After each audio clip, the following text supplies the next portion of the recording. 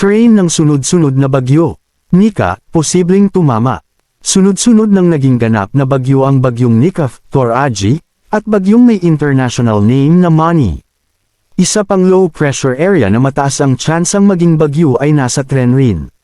Halos may kukumpara ito sa 2020 na halos binugbog rin ang Pilipinas ng malalakas na bagyo. Inaasahang tatama sa gabi ng Lunes ang bagyong Nika. Hindi inaalis ang posibilidad ng mabilis na paglakas bago tumama sa Central Luzon o Northern Luzon. Ang bagyong Mani ay masyado pang malayo ngunit kailangang ring bantayan. Magbabago pa ang mga taya kaya't maging updated. Bagyong Nika, inaasang magla-landfall sa Isabela o Aurora sa Lunes bilang Super Typhoon Category, wind signal number 1 nakataas na sa Catanduanes.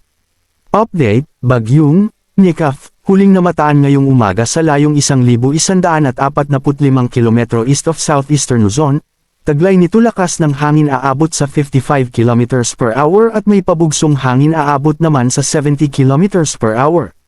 Si bagyong Nika ay inaasahang kikilos pa kanluran hilagang kanluran sa buong panahon ng forecast.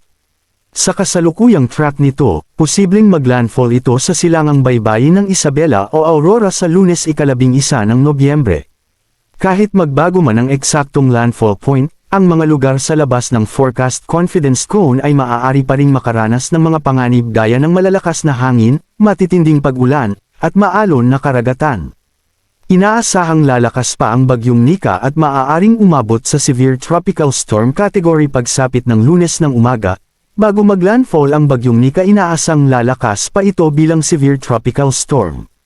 Subalit, inaasahan din ang unti-unting panghihina nito habang tumatawid sa bulubunduking bahagi ng mainland Luzon. Pinapayuhan ang mga komunidad na nasa daraanan ng bagyo na maghanda para sa posibleng pagbaha, landslide, at storm surge, lalo na sa mga mabababang lugar at baybaying dagat. Bukod dito, magkakaroon ng maalon na karagatan sa mga baybayin ng Luzon at silangang bahagi ng Visayas, kaya't delikado para sa mga maliliit na sasakyang pandagat. Wind signal number 1, Catanduanes. Itinaas ang tropical cyclone wind signal number 1 dahil sa bagyong Nika, kung saan inaasahan ang malalakas na hangin na may bilis na 39 hanggang 61 km per hour sa mga apektadong lugar sa loob ng susunod na 36 na oras, na maaaring magdulot ng bahagyang pinsala sa mga istrukturang gawa sa magagaan na materyales. Rainfall outlook.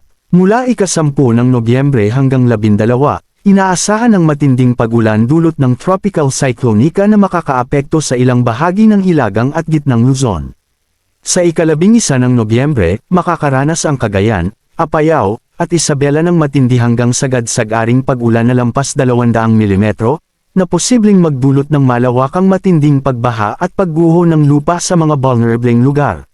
Samantala, inaasahan ang malakas hanggang matinding pag-ulan, 100 hanggang 200 mm, sa Abra, Kalinga, Mountain Province, at Aurora, na maaaring magdulot ng maraming insidente ng pagbaha, lalo na sa mga urbanisado, mabababang lugar, o malapit sa mga ilog. Posible rin ang mga pagguho ng lupa sa mga lugar na may katamtaman hanggang mataas na panganib.